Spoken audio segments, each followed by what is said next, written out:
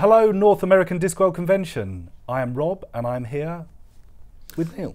Hello, North American Discworld Convention. I wish I were in New Orleans because it's New Orleans and the food is fantastic, and there's jazz in the streets, and people getting drunk on Jello shots, getting rolled in alleyways by exciting New Orleans-style muggers, and we really wish that we were there being rolled in the alleys for our wallets after having had too many Jello shots. But now you've said all of that, in fact, why are we not there rolling in the streets having got too drunk on Jello shots? Why are we sitting here in this very nice London hotel?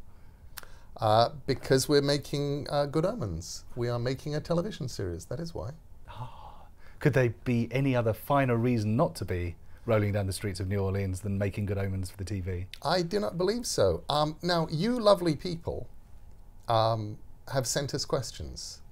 And we did not come up with questions on our own. These are the questions that came in from the convention, and that Rob and I will endeavour to do our best to answer while not giving anything away. So true. So from the very top, question one, for both of us, what do you think will be the hardest scene of the book to translate to the screen? That's a question, that is. That's definitely a question. All of it? You know, the book is filled with scenes that are impossible to film, and I've had to take a lot of them and put them into the script, and then Douglas McKinnon, our glorious Scottish director, then has to try and translate them into reality. And some of them are just, some of them are moments that are even implied in the book, and yet it's that sudden realization that you're actually going to have to do this. I will say that I was rather surprised in this magical CGI world that we're now in which everything is sort of created in computers, when I heard from Douglas that they have figured out how to do the Crowley driving the burning Bentley shots, in that they're going to do it by having Crowley driving a burning Bentley. And it will be on fire while he is driving it. And it's like, okay, that's going to be interesting. Being a practical man, I immediately think of things like insurance and not killing actors and things like that. But Douglas is convinced that he can do it without killing anyone. And I don't know that he's convinced, but he's hopeful. But he's hopeful. That's admirable in any director. You know, and if we lose David Tennant driving a burning Bentley, I think, what a way to go. Can there be any finer way to go? No finer way. No finer way. Burning Bentley, none there finer. You go. That has to be the hardest thing to film. Question two. A question for me. What scene in the book do you hope they get absolutely right in the series? Can I reply with all of it? You absolutely can. All of it? And I mean that. We all love the book, and we've all had the book for what seems like all of our lives. I can't pick out a single scene, because the thing that you realise when you start working out how you're going to make this for the TV rather than the written word, how difficult a lot of it actually is. Book logic differs so greatly to TV logic and film logic. So I want all of the book. I tell you what I actually want. I'd quite like basically 6 parts, 6 1 hours of you reading the book, because I know that would be the Good Omens of my dreams. Close my eyes, and now I've got my burning Bentley without David Tennant being even remotely getting fried. That's what I'd like. But we've got to make this for people who are sitting in front of their TVs with their eyes open. You know, for me, the sequence that I'm most looking forward to is actually none of the fancy ones. But it's the seance. It's Madame Tracy and yes, please. Mrs. Ormerod and Mr. Scroggy and Julia Petley. Yep. From Curl Up and Dye Hairdressing Salon. And I had so much fun writing that scene, and I'm so looking forward to them shooting it. And it's just one of those little scenes where it's like, it is in its own way, there's nothing fancy about it, there's almost no special effects in it. Yes. And yet, and none of our stars really are in it except for Madame Tracy. But I'm so looking forward to that. That's why I like the table read so much. I've just realised why I like the table read so much, because I can close my eyes during that, and I have got the séance of my dreams. But they're going to do it, and Douglas is going to shoot this amazing séance. Douglas will shoot it. Fantastic. Question 3 for Neil. For Good Omens, you're working as showrunner and with BBC Studios. On American Gods, you're an EP working with stars. Can you provide a quick comparison / contrast on how all of that works? How do things like budget, sets and overall control affect your involvement? Well, with American Gods, I do not worry about budget issues. They're not my problem. On the other hand, I never get to approve costumes. I may get consulted on actors, but at this stage in the game, really, this is now, American Gods has become Brian and Michael's show. Okay. They are the showrunners. They're making it. They want my opinion. They will listen to it, especially if it agrees with theirs. But it's become their show. Right. But I do not have to worry about budget. On Good Omens, I worry about budget.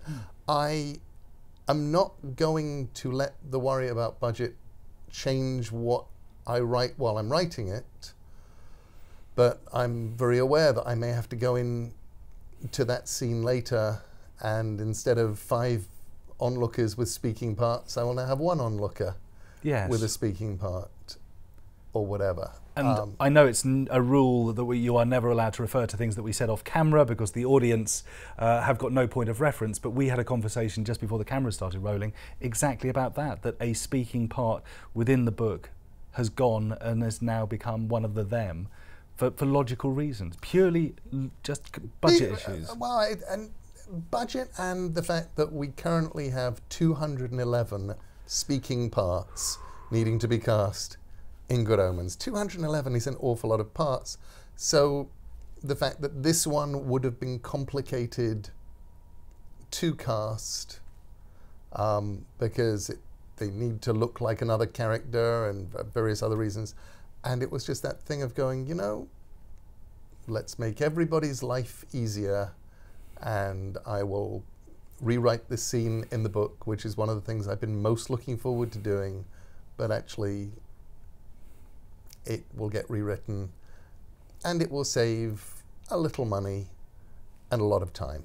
Excellent. And that was the important thing. But there are also things that, in the same scene I'm thinking of, we actually had to change something for health and safety reasons. It was like, they were like, yeah, you'll never actually get away with that. I'm like, oh, okay, well then we'll do this instead. I would love to tell the audience at NADW Con about a couple of issues we've got with health and safety regarding them, but we probably can't because that's too much of a giveaway at the moment, isn't it? There are things that are too much of a giveaway. But the BBC will sit us down and they will explain to Neil why you are not allowed to. I'm not allowed to sort of children. Dunk children deep into ponds, for example, and it's like, okay, well then we will have to come up with another torture for the witches. But in terms of your role as showrunner, could you tell the audience where you have just come from? Because I think for me... I just came from a meeting with the director and the costume lady, Claire, who is this amazing costume lady. And she was showing us photos and briefing us on yesterday's meeting with Michael Sheen, where he got to try on a lot of different clothes and a lot of different coats and jackets and waistcoats and shirts and things like that, and in which they were finding Aziraphale. And part of the joy was seeing the final shots where he'd found clothes that made him happy and were gloriously timeless. And I love the fact that Michael Sheen, who loves the book, had actually reminded the costume lady that while Crowley gets to create his clothes out of supernatural nothingness. Aziraphale buys his, Yes. and then holds on to them for a very long time. So, this beautiful, a lot of his clothes that he's wearing now are actually real Victorian clothes. But you wouldn't look at them and go, this is somebody from the Victorian era who has time traveled. You would just look at them and go, there is somebody who has his own sense of style and likes wearing what he wears, and otherwise is sort of oblivious to time. That's what being a showrunner is all about. That's what being a showrunner is all about. That and asking for more money. We won't talk about that now, but that's entirely true. For Neil, both you and Sir Terry expressed separately that a sequel to Good Omens would not be written. Wikipedia has a title listed as 668, The Neighbour of the Beast. Would you mind providing us what you would have liked to see as a critical scene if this had already been written? Well, it's really interesting. I mean, 668, The Neighbour of the Beast was the title that we loved. I remember being on a 1989, I think it was, panel at World Fantasy Con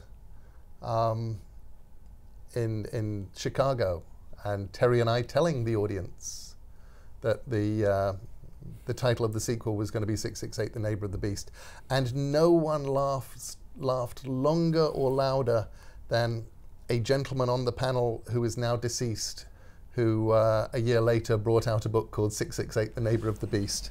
So, right. So that kind of took that off. I think probably going, great joke, they're not using it. I'll have that. But it kind of took the title away from us.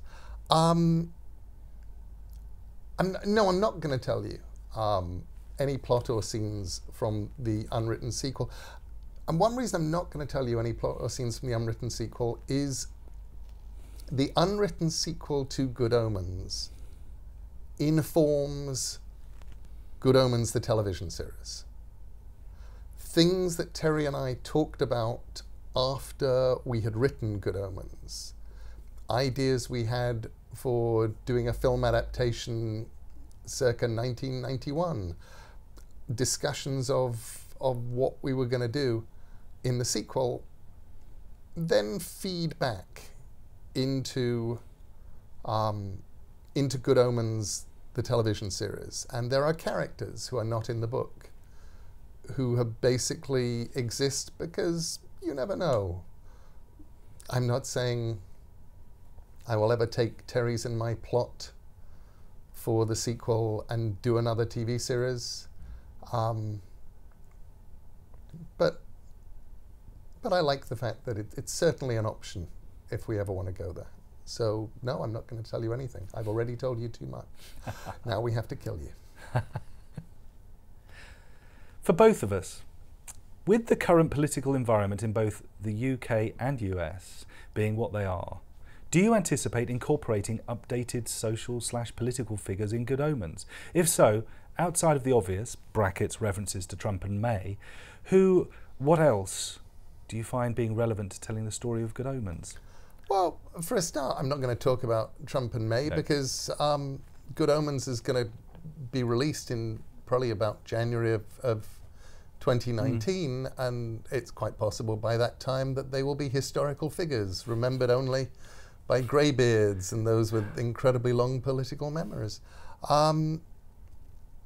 But also, it's not like Good Omens itself is a novel filled with the political figures of 1989 and 1990 when it was written. It's the nearest we get to politics is a moment where the President of the United States in 2007 is seen on a video screen, very briefly. But apart from that, but that's because it's an 11 years ago moment anyway. I think that's the thing we've got to be clear about. It's 11 years ago. Well, and it begins 11 years ago. Yes, yeah. Which is kind of fun. And we've set that in a kind of 2007-ish because we had to put a pin in somewhere. Yes. And so it's nice. It's pre-smartphones when it begins. And it's probably, frankly, easier for Crowley to take down the entire London cell phone service. Brings me to the next question, actually. Oh. For both, the same kind of question. With the significant changes to technology, so there you are, e.g. the use of cell phones and the little/no use of faxes, do you anticipate updating the technology represented in the series? If so, which scenes, outside the Crowley/Hasta answering machine answer phone scene, do you feel will be the hardest to adapt? Well, actually, the answer phone is still a little answering machine. Yeah. Because Crowley has one. Yes. And you know, but he's mostly got one because he doesn't update things very often. He goes out and buys things, and they work. And they work. There's very little computery stuff. You know, you do get a moment when Crowley heads into the telephone line, he's actually in the internet.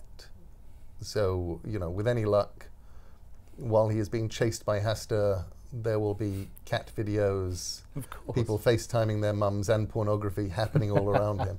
But, and you know, Crowley has a cell phone, and Aziraphale doesn't have a cell phone, but then Aziraphale wouldn't have a cell phone. He doesn't like telephones very much, and so he continues to use the phone exactly as he would have used it in 1989, or for that matter in 1955. I'm being careful asking you this because I don't want to give away anything from the series, but there's something within the first scene after the opening credits that's very relevant to that question. Well, yeah, I mean, I will tell them. Right in the beginning, there is a reference in the book to Crowley having tied up every cell phone in London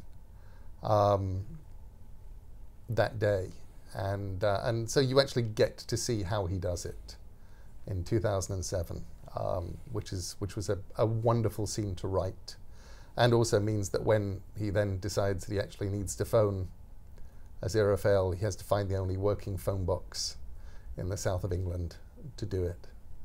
It's a beautiful scene. Thank you. And I think we've got to wait a few weeks before we'll actually see that. I think it's scene 103 on the look of my schedule.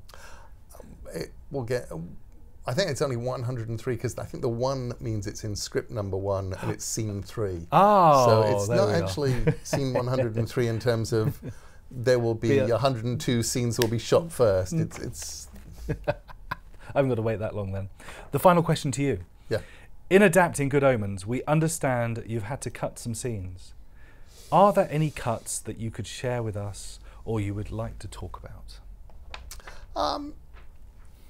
You know, I've cut a few scenes. One that I actually read to people, which was enormously fun, were a couple of scenes in Aziraphale's bookshop. And they made me sad.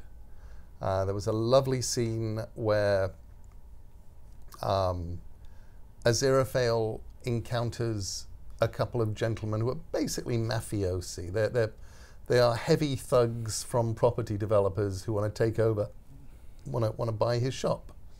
And it was based on a line that was actually a line of Terry's about how people turn up at Aziraphale's shop and threaten him, and then they go away and they never come back. Yes. Pointing out how flammable paper is on their way. Exactly. And but the point is, Aziraphale deals with them, and you get a sense of him as somebody who can deal. And I loved that scene. I loved writing that scene. Originally, it was in episode 1, and then it was in episode 2, and then it was in one bit of episode 3, and then it moved to another bit of episode 3, and then it moved to episode 4, and then I had to sigh and look at it and go, you are an absolutely lovely 6-page scene with 3 new characters in, and your wonderful and you gotta go because we have to keep the plot moving. So that scene will never be seen except in my heart. Okay, so the next question is actually addressed to me, but it's not to me. It's most definitely for both of us. In the BBC radio play of Good Omens, Neil and Terry had a quick cameo as police officers pursuing Crowley near the M25. Do you know if we should expect to see a cameo of some form or another in the miniseries? Mind sharing some info? Let me tell you, when I arrive on set every day, before I go to a meeting or do anything serious or grown up, I will be in costume and makeup. Sorry, it's a given, I'm afraid. As showrunner, please accept that I will. That's. I think people will get very, very tired very, very quickly of the fact that we apparently only have one extra, and Yes. whether he's an angel, whether he's eating sushi in the back, whether he's at a musical concert or buying books, he will look suspiciously like you. It's entirely He'll true. be in hell. Yep. You know. Bring it on. So yeah, it's funny. The last time, my last actual real memory of Terry is sitting in a parked car just outside the chapel where Terry worked. Oh yeah, my Mercedes, yes. And sitting in there with Dirk Maggs, our director, sitting in the seat behind us with the recording implement. Yes. The high-tech Radio 4 recording implement, and me doing the lines and doing my lines and doing Terry's lines, and Terry then echoing the line because the Alzheimer's had taken him to a point where he couldn't read, but he could hear the line and say it. Yes. So I would say, you know, Neil, what's that car doing? And Terry would say, Neil, what's that car doing? And that was the last thing we did together. It was. As you know, and after that, we'd had a wonderful morning, we'd had a wonderful lunch. You'd gone off, you'd left us, and we talked. But that was the last thing Terry and I ever did together, was record that cameo. We always used to say that we wanted to be in the sushi scene. Yes. In the background, eating sushi, and I wrote a beautiful sushi scene, which I think is going to get shot, and I'm pretty sure we'll get in there, of Aziraphale in a sushi restaurant. And I don't actually think I want to be in the background on that scene because it would make me sad, because Yes. Terry wouldn't be there. And do you think there should be a hat on a hat stand in the sushi restaurant? A black hat? I would love to put a black hat on the hat stand in the sushi restaurant, or a black hat somewhere in the scene. And they're actually, I've written one tiny little, right now, it's an audio tribute to Terry. There's a point where we get to hear, we turn on Radio 4 and they're repeating Terry's Desert Island Discs. Yes. So I wish so much he was with us on this. You know, I'm making this for him. But, you know, he and I started plotting the existence of this TV series in, what, 2010? At a sushi restaurant in Cardiff. In a sushi restaurant in Cardiff, when we were doing when I was shooting The Doctor's Wife. I came down for Doctor Who Day, and Terry came in, and we decided to do this. And then there have been several secretive meetings, and gradually we decided that, it wasn't even decided, gradually we sort of rather discovered that nobody else seemed to be about to write it who actually understood it or loved it like we did. And eventually, you know, before the end, Terry asked if I would write it. And given that he really had never asked anything else of me, I said yes. You've worked so hard to get it to the point we are now, and here we are, just a matter of a few, by the time you see this, we will be 2 weeks away from rehearsals, and therefore 3 weeks away from shooting it. And yet the preamble to get to that point, the hard work, it has been absolutely phenomenal. It's been like rolling stones uphill with your nose. Yes, on broken glass. And Terry, I think, would, I don't know, I just wish I could show it to him. Yes. And I missed having him around so much when I was writing it for 2 reasons. Reason number 1, I missed having Terry around because when I would get stuck on something, I just missed being able to phone him and say, I'm stuck on this, and have him go, grasshopper. The answer is in the way you phrase the question, at which point I would say, yeah, don't give me that, Terry, just what am I doing wrong? And I also missed when I would do something really clever. And I'd go, I really want him to, and when I'd normally phone him up and say, okay, I solved it. This is what I've done. And he wasn't there for either of those bits. And I missed him so much. Me too. I want him to see the finished article. I want him to sit down when we have our red carpet premiere. I want him to be in the front row with you with his popcorn. In fact, we're going to, let's say here and now, let's have a seat. There should be a hat, a seat, and some popcorn. That's his. Let's do that. I don't think I'd have wanted to put him through what it takes to actually make a TV show. No, there are too many compromises that he couldn't have made. Yes. And too much diplomacy he could not have been bothered with. That is incredibly polite, but entirely true. He just wanted to have it made. And the thing is, the one thing that we can say to the audience above anything else, this will be the Good Omens of their dreams. It won't be the Good Omens that they see when they read the novel and they see on the inside of their eyelids, because that is a Good Omens that's completely perfect. But by God, this is going to be wonderful. It's going to be fabulous. This will be a Good Omens. I tried to describe it recently to people. I said it's going to be like going to a play. If you go to Hamlet, the next Hamlet you go and see will be different. Yes. But this is a Hamlet, and this for me is a Good Omens. And I'm loving everything about making it. I'm loving everything about putting it together. And who knows? Maybe in 20 years' time we'll make a feature film, or maybe we'll make a different show, or whatever. But I'm really, what I want to see now is just Michael Sheen's Aziraphale, David Tennant's Crowley, and watch them. That was going to be my final question from me to you, was about David and Michael. When a press release goes out about anything, you are there to say how wonderful you think that piece of casting is, because that's the polite thing to say when somebody has been cast.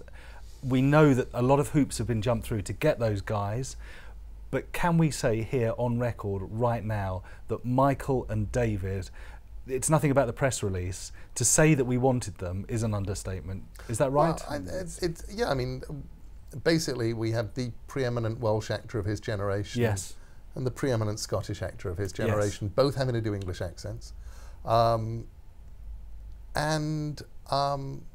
It's going to be really, and